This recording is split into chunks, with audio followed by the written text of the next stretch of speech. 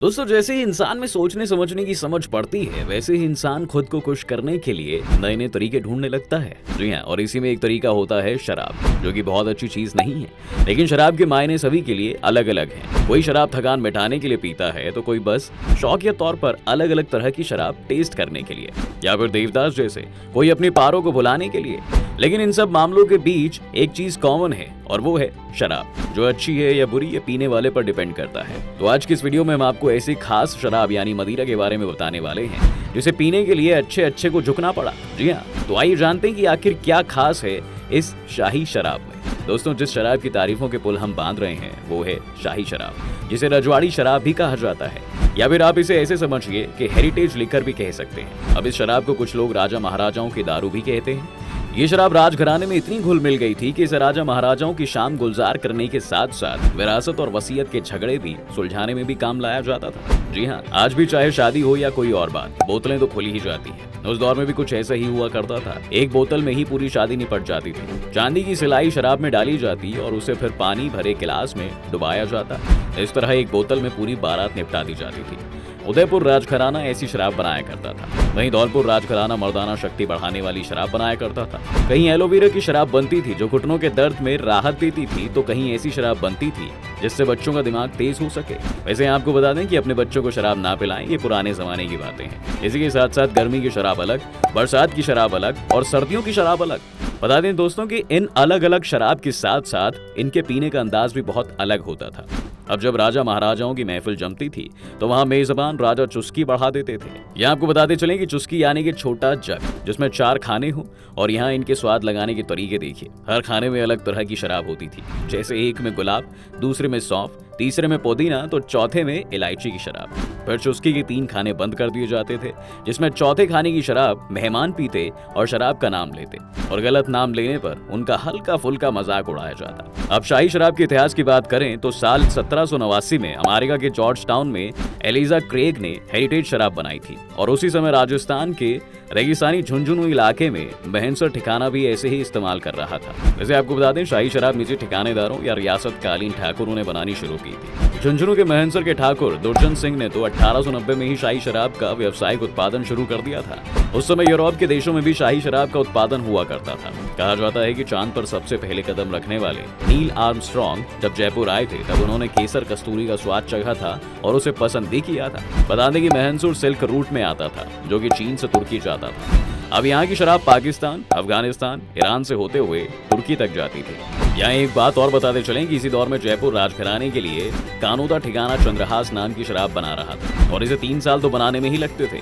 बता दें कि एक कटोरी में चंद्रहास डालकर उसे आग पर रखा जाता था। अगर पानी की एक बूंद भी बची रह गई तो शराब का पूरा जखीरा नष्ट कर दिया जाता था। खैर, साल 1950 में भारत सरकार नई एक्साइज पॉलिसी लेकर आई और शाही शराब पर रोक लग गई, क्योंकि नई पॉलिसी में अल्कोहल की मात्रा 42.5% मैक्सिमम रखी गई, जबकि रजवाड़ी शराब में यह 80% से ज्यादा होती थी। हालांकि उस समय राजघरानों के यहाँ 1950 से पहले बनी रजवाड़ी शराब मिल जाया करती थी। वहीं साल 1982 में जब जेम्स बॉन्ड यानी रॉजर मोर अपनी ऑक्टोपसी फिल्म की शूटिंग के लिए उदयपुर आए थे, तो कहा जाता है कि रजवाड़ी शराब पीकर वह झूम उठे थे। साल 1973 में राजा महाराजाओं के प्रीवी पर्स खत्म होने के बाद सरकार ने सख्ती बरती और पुरानी रखी शाही शराब भी उसकी चपेट में आई। इतना ही नहीं, इमरजेंसी के दौरान आमेर के राजा के यहाँ छापेमारी भी हुई थी।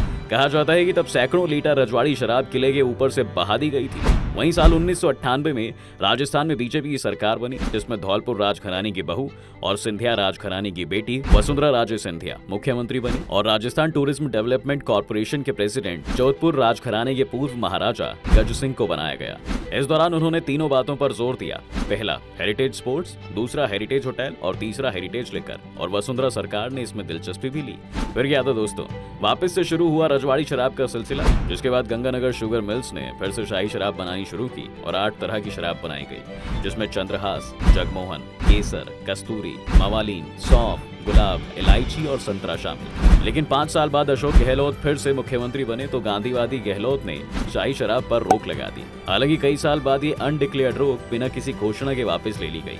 अगर आप भी इस वीडियो को देखते हुए सोच रहे हैं कि काश हम भी इस शराब का लुत्फ उठा सके, तो आपको बता दें कि आज गंगानगर शुगर मिल्स शाही शराब बना रही है। जी हाँ, गंगानगर शुगर मिल्स के अलावा महनसर घराना, महनसर सौंफ, महनसर पुदीना, महनसर गुलाब, महनसर सोमरस का बकायदा प्रोडक्शन करते हैं। ये शाही शराब स्टेट गवर्नमेंट के सभी नियमों और मापदंडों को ध्यान में रखकर ही बनाई जाती है। महनसर कंपनी के मुताबिक फिलहाल 6 तरह की शराब बनाई जा रही है और अगर राज्य सरकार रियायतें दे तो करीब 2 दर्जन तरह की शराब बनाई जा सकती है। बता दें कि राजेंद्र सिंह शेखावत ने महनसर रजवाड़ी शराब का उत्पादन शुरू किया था और अभी राज्य सरकार हर शाही शराब के हर लेवल यानी हर रेसिपी पर सालाना 2 लाख रुपए से ज्यादा की लाइसेंस फीस लेती है। ऐसे में महनसर कंपनी का ये भी कहना है कि विदेशों में वहाँ की सरकारें लेबल फीस नहीं लेती है। ऐसे ही राजस्थान सरकार को भी करना चाहिए। वैसे दोस्तों माना जाता है कि महनसर घराने के पास शाही शराब की 150 से ज्यादा रेसिपी है। खैर, आइए अब आपको ये भी बताएं कि रजवाड़ी शराब कब पी जाती है। दोस्तों रजवाड़ी शराब मौसम के हिसाब से पी जाती है। जी हाँ, गर्मियों में सौंफ के साथ गुलाब, पुदीना पिया जाता है, बारिश में इलायची और सर्दियों में जगमोहन, केसर कस्तूरी, चंद्रहास काम आती है। चंद्रहास तो इस कदर स्ट्रॉन्ग होती थी, इसके 2 घूंट पीने पर मरने वाला भी कुछ घंटों के लिए जी लिया करता था। कहा जाता है कि अगर कोई राजा मरने से पहले जायदाद का बंटवारा नहीं करता था तो राजा को चंद्रहास पिला दी जाती थी ताकि वसीयत लिखने का वक्त मिल जाए। वहीं घुटनों का दर्द दूर करने के लिए ग्वार पाठे की शराब होती थी। दिमाग को तेज करने के लिए अलग शराब होती थी। लेकिन इन शाही शराब में महारानी महनसर शाही गुलाब एक ऐसा ब्रांड है जिसका इतिहास और स्वाद वाकई लाजवाब है, जिसे आम बोलचाल की भाषा में दादा परदादा की शराब कहा जाता है और इस शराब का सेवन राजा महाराजा किया करते थे। दोस्तों कहा जाता है राजस्थान के शेखावटी इलाके के महनसर राजघराने के राजा करणी सिंह ने अपने जीवन काल में ऋषियों से बातचीत करके जड़ी बूटियों का इस्तेमाल कर करीब 50 किस्म की शराब का फॉर्मूला तैयार किया था और करणी सिंह ने ही महारानी महनसर शाही गुलाब शराब के ब्रांड को तैयार किया था। सन 1768 में महनसर के किले का निर्माण हुआ था। तभी यहाँ एक ड्रिंक फेमस हुई जिसे रजवाड़ा शराब कहा जाता था, जो आज महारानी महनसर के नाम से भी जाना जाता है। यह शराब गुलाब की ताजा पंखड़ियों, ड्राई फ्रूट्स, विभिन्न मसालों के साथ 150 से ज्यादा सीक्रेट रेसिपी के डिस्टिलाइजेशन की लंबी प्रोसेस से तैयार किया जाता है। दोस्तों महारानी महनसर एक ग्रेन बेस्ड शराब है। जी हाँ, इसको बनाने के लिए प्रीमियम गुलाब का इस्तेमाल किया जाता है। इसमें इस्तेमाल होने वाले गुलाब को अजमेर के पुष्कर जिले से लाया जाता है क्योंकि वहाँ सबसे अच्छी क्वालिटी के गुलाब मिलते हैं। सुबह में गुलाब को तोड़कर शाम तक रेडी किया जाता है। उसके बाद मैचुरेशन की प्रक्रिया शुरू होती है। ताजे गुलाब के मैचुरेशन एंड फेमिनेशन की प्रक्रिया करीब 5 से 15 दिनों तक होती है। इसमें होता यह है कि ड्राई फ्रूट्स और अलग अलग किस्म के मसालों को भिगोया जाता है। उसके बाद उन्हें कॉपर से बने एक खास किस्म के बर्तन में 3 बार डिस्टिल किया जाता है और जब ये शराब तैयार हो जाती है तो इस शाही शराब का खास कलर निखर कर आता है। आपको बता दें कि ये बिल्कुल ही गुलाबी रंग का होता है। अब आप सोच रहे होंगे कि शराब तो बहुत महंगी पड़ जाती होगी, तो ऐसा बिल्कुल नहीं है दोस्तों। यह शराब खास ज्यादा महंगी नहीं है क्योंकि सरकार इस पर काफी सब्सिडी देती है। जी हाँ, इसलिए इसकी बोतल 1000 से 1500 रुपए के रेट में अलग अलग स्टेट्स में आपको मिल जाएगी। अब ये भी जान लीजिए कि आखिर इस शानदार ड्रिंक को पिया कैसे जाता है। तो महारानी महनसर को पीने का तरीका भी शाही है। सबसे पहले इसे ग्लास में करीब 30 ml लें। इस शराब को आप जैसे ही ग्लास में डालेंगे आपको अपने आसपास गुलाब की खुशबू महसूस हो जाएगी। इसकी खुशबू लोगों को अपनी तरफ आकर्षित करती है। इसको आप नीट भी पी सकते हैं। इसके अलावा आप इसे आइस क्यूब के साथ भी ले सकते हैं। ग्लास में आइस क्यूब जाते ही महारानी महनसर का अरोमा और निखर जाता है। इसमें आपको गुलाब के साथ कई मसालों का भी टेस्ट फील होगा। महारानी महनसर के बारे में कहा जाता है दोस्तों कि ये पीने वालों को दीवाना बना देती है। लेकिन दोस्तों इस बात से हम इनकार नहीं करते हैं कि शराब स्वास्थ्य के लिए हानिकारक होती है, तो आप भी इससे परहेज करें तो बेहतर है। आपको आज की वीडियो कैसी लगी हमें कमेंट करके जरूर बताएं। आज की वीडियो काफी पसंद आई हो तो वीडियो को लाइक और हमारे चैनल को साथ ही साथ सब्सक्राइब भी करें।